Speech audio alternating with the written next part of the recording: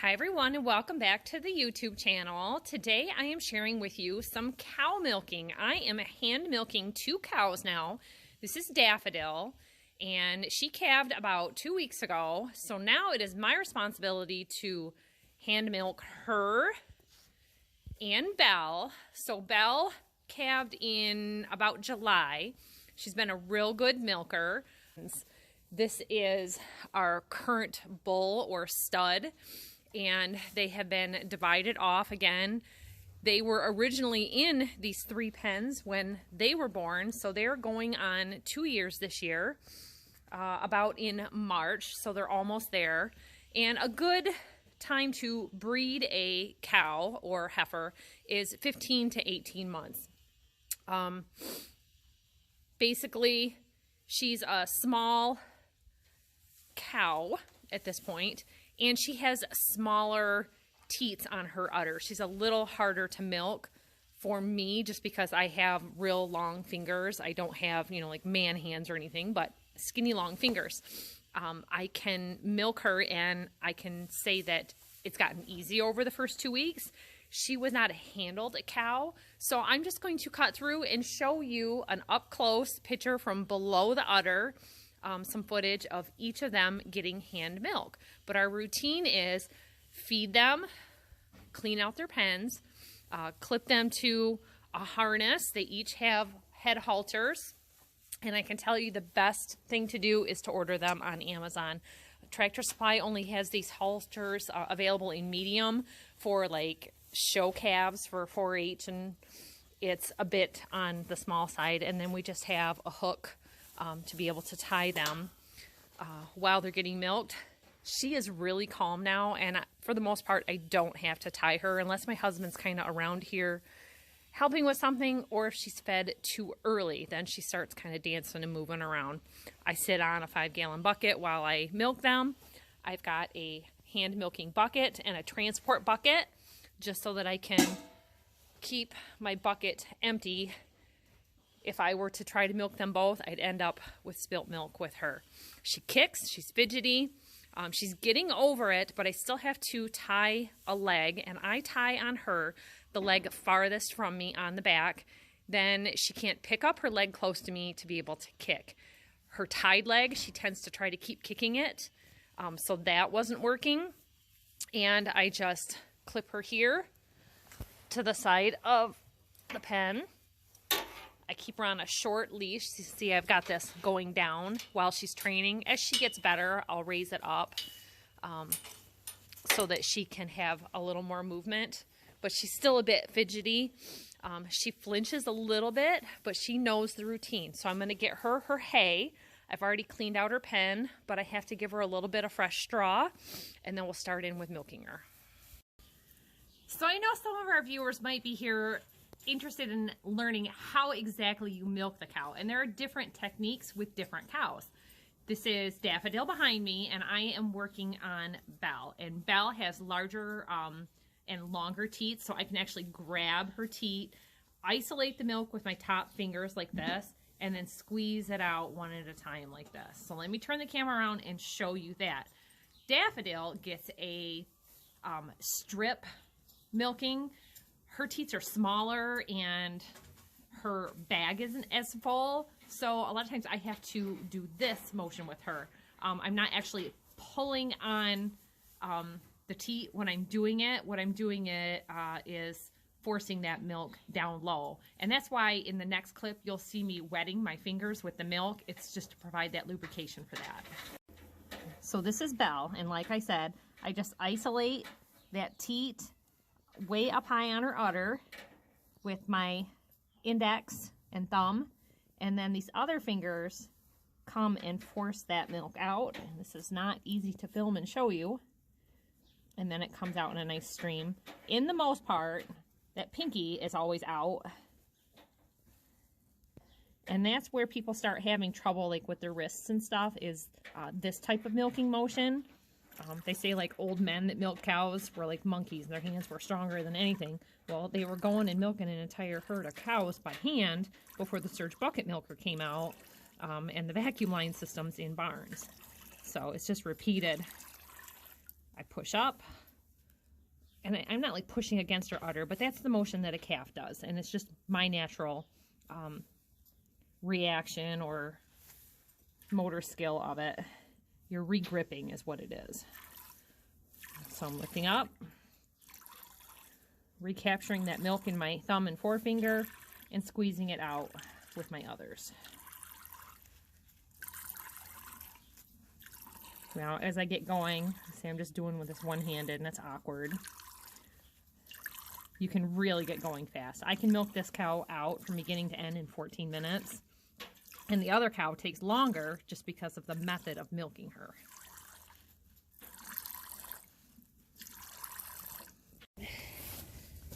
Now, I know a lot of people have mixed feelings about feeding barn cats, but this is part of my daily chore. Is these two kittens are about 9 months old, and their mother disappeared in the fall, so I feed them.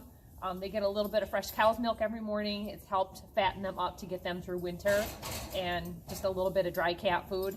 We want them to mice and catch mice. With their mother and a house cat that was around, this last winter we had 0 mice, and the winter before in our home, which is excellent because we do a lot of homesteading and pantry preservation, and we don't want mice in there. So I feel that it's fine to go ahead and, you know, try to take your wild cats and train them to be less crazy. However, of course, if you have a cat that you can train, try to get it vet checked, get shots. An outdoor cat doesn't live as long a life as an indoor cat, and we want to be as humane as possible and provide for them warmth and things like that. So we offer them bedding and warm places to be in the winter.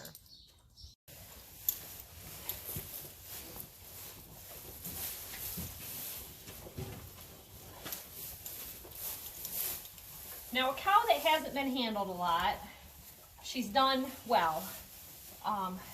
She's always just been kind of scared of us, and rather than stress them, we just let them be. We figure it's good to halt or break them when they're young, if you can do it. But she was in here with her mom, and everything was fine for quite a while. So the only problem comes is when they start to calf. So see how she just backed up? I just barely touched her, and she knew, hey, something's going to be happening here. We basically trained her or broke her in about 2 weeks, and she still, you know, has some work to come along, but so much better than she was. Now, I've got too long of a rope here for a reason. I just do what's called a slip knot, and with my first cow, I used to tie their tail too. Now I just duck, and it works out pretty good. So you just kind of pet them, brush them. Her brush disappeared into the manure pile last week. But real carefully. Now, a week ago, I couldn't stand behind her to do this. She backed up. She knew the legs coming up. So I just give her a good tug on. We've got a frame here around their stalls, and it throws her off balance. So you got to be careful to make sure your cow doesn't tip over on you. But you want to make sure that leg's going to stay up. Now, I'd actually like that a little higher, because if she starts hopping around, she finds that. Yeah, I know. Yeah, okay. I want this leg back. I want it back. Yeah, yeah. All right. So she knew she had business to do, so I let her finish going to the bathroom. And we'll make sure we clean that up out of there. He's the only problem, and he tends to kind of get in the picture while we're milking.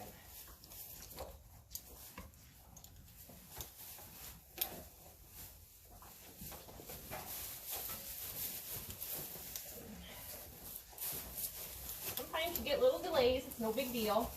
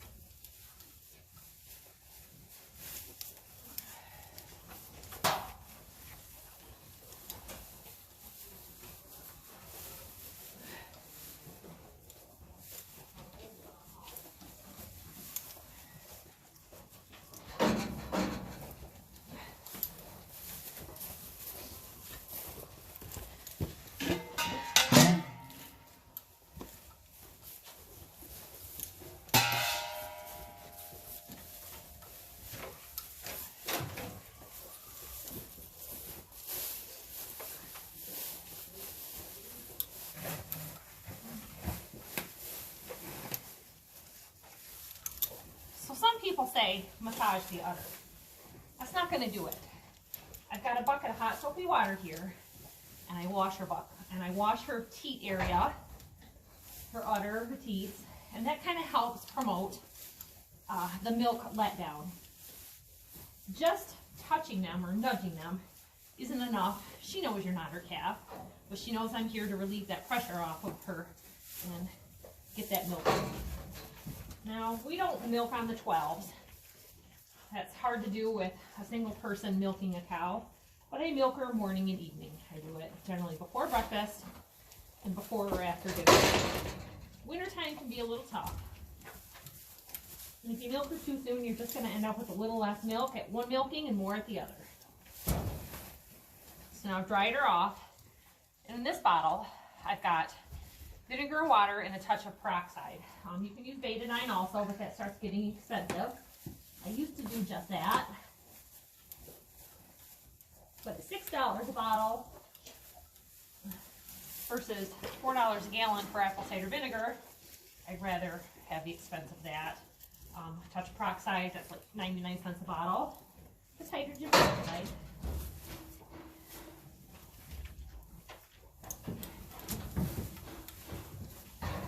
Keep in mind, this is just family use milk. We're not on herd shares or anything like that. So now I've dried her with a clean towel and I dispose of my dirty water.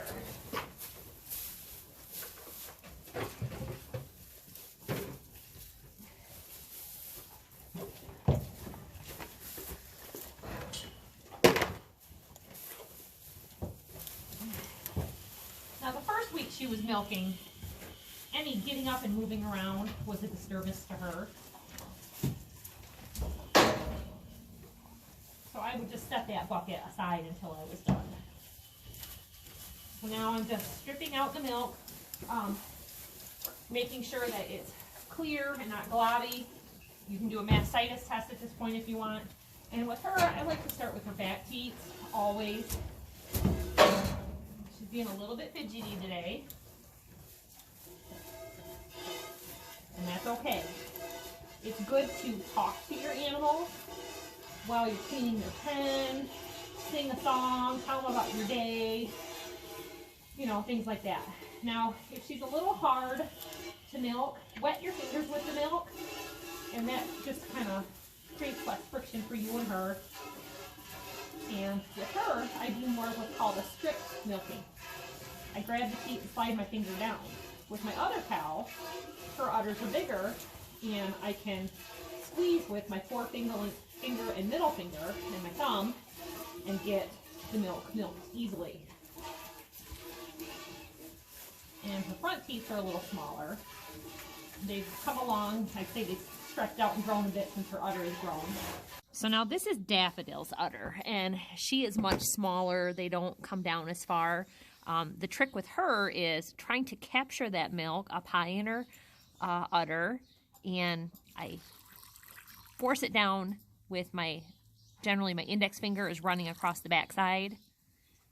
When she's very full or if she's leaning forward enough, I can grab a grip and put that right where I want it into the bucket. You do have to do some aiming. That's why filming and doing this is a little harder.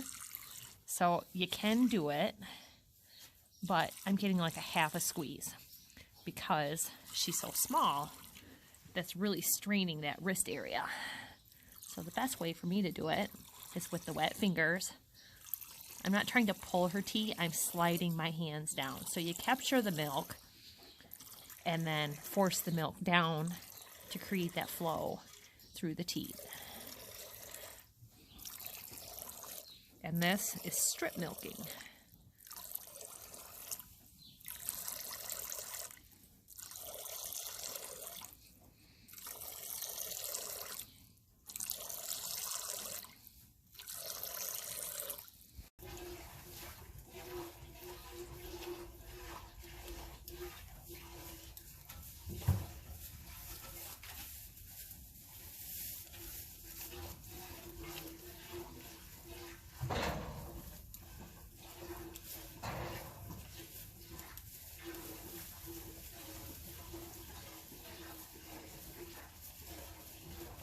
Now their back udders hold a lot more milk than the front.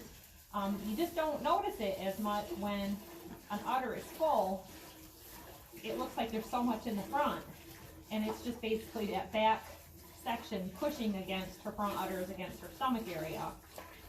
So the front doesn't take as long, and that's why I like to start with the rear, because if she starts getting fidgety near the end, you're further away from her hoof or foot for kicking if she's to kick your can over. I've lost plenty of gallons of milk over the years. She's my third milking cow, and the only time I've had 2 at a time. Overall, you know, the barn cows are my job, and I get help with cleaning out their pens or getting them water and whatnot, so it doesn't take terrible long. If I were to leave and go to a job, I would just have to make sure I had an hour available every morning.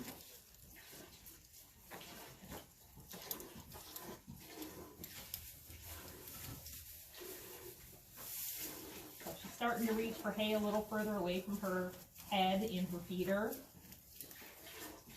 At this point, that's why you gotta watch for the fidgetiness, is that she's running out of feed right in front of her.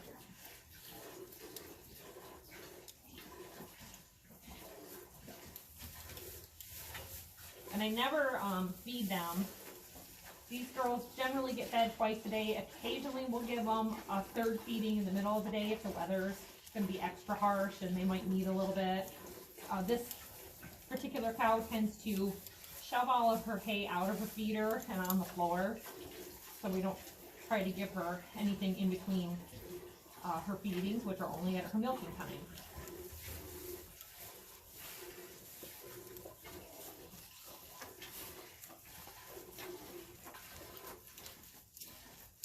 If you notice your cow is having feed waste, just give them less so that they have less to waste. And if they're throwing it on the floor, don't feed them. Get them to clean it up off the floor a bit.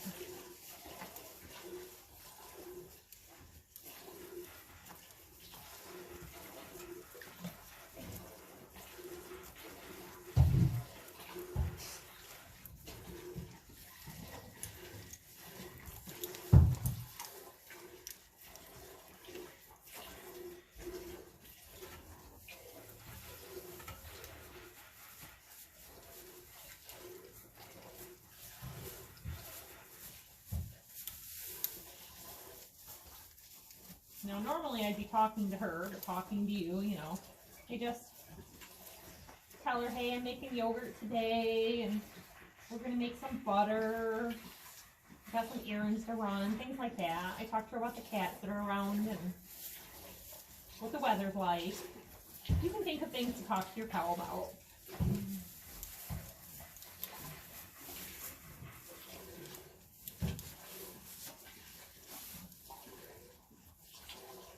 Now when I get down here to the end, I'm getting less milk out of my left hand teat, so I just go after this one, get it caught up, and do an occasional squeeze on the left side to make sure that it is empty, because that milk will continue to drop a bit.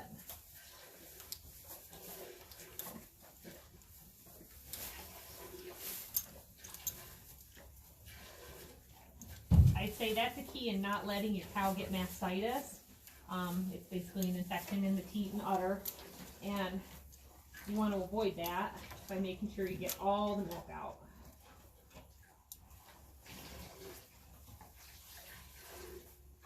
Let her know always that she's doing a good job.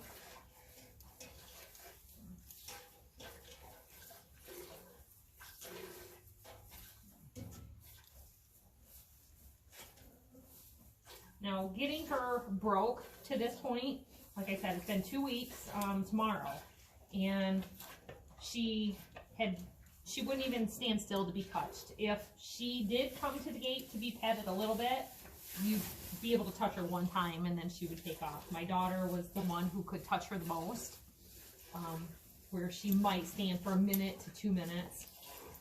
She really liked, at first when we got the halter on her, just kind of brushing her down, but you could see at the top of her back she was flinching a bit, and she's pretty well over that now. Okay, now this part, She's been tied up long enough with her leg up. You see she's been inching forward a little at a time. It's important to get her untied as soon as possible.